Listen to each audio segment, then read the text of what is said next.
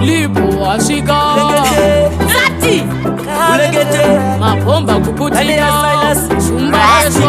vanodaka Hulengende kagare kakapfeka perengende vandinomuka makuseni vanoda ndipende ndatenga imba vanenge vachida ndirende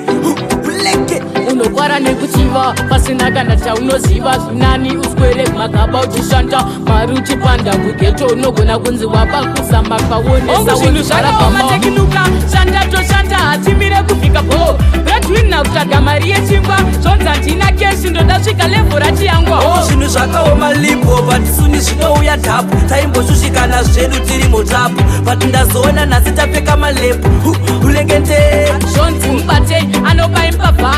sindiri kuweka mafanzi angu achilayika zvonzi Libho ridhimu waraita inge bhasikoroto vamwana chovha vanoona chese chawaita nyango nduduka mona kurwara bharuka ndivo vanondisona saka zvese ini ndinongoti ndozvikona anodzani koyo ongu zvinhu zvakaoma tekinuka shanda toshanda hatimire kufika bo bedwina kutsvaga mari yechingwa zvonzi handina keshi ndoda svika levho rachiyangwa zvinhu zvakaoma Libho patisuni zvinouya dhapu taimboshushikana zvedu tiri mutapu pati ndazoona nhasi tapfeka malepu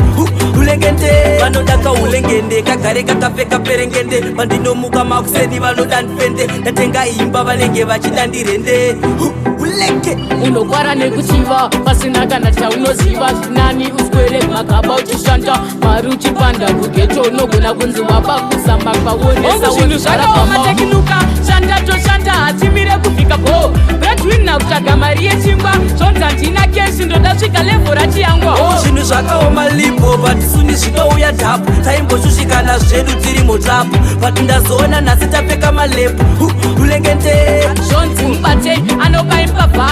sindiri kuweka mafanzi angu achilayika zvonzi Libho ridhimu waraita inge bhasikoroto vamwana chovha vanoona chese chawaita nyango nduduka mona kurwara bharuka ndivo vanondisona saka zvese ini ndinongoti ndozvikona anodzani koyo ongu zvinhu zvakaoma tekinuka shanda toshanda hatimire kufika bo bedwina kutsvaga mari yechingwa zvonzi handina keshi ndoda svika levho rachiyangwa zvinhu zvakaoma Libho patisuni zvinouya dhapu taimboshushikana zvedu tiri mutapu pati ndazoona nhasi tapfeka malepu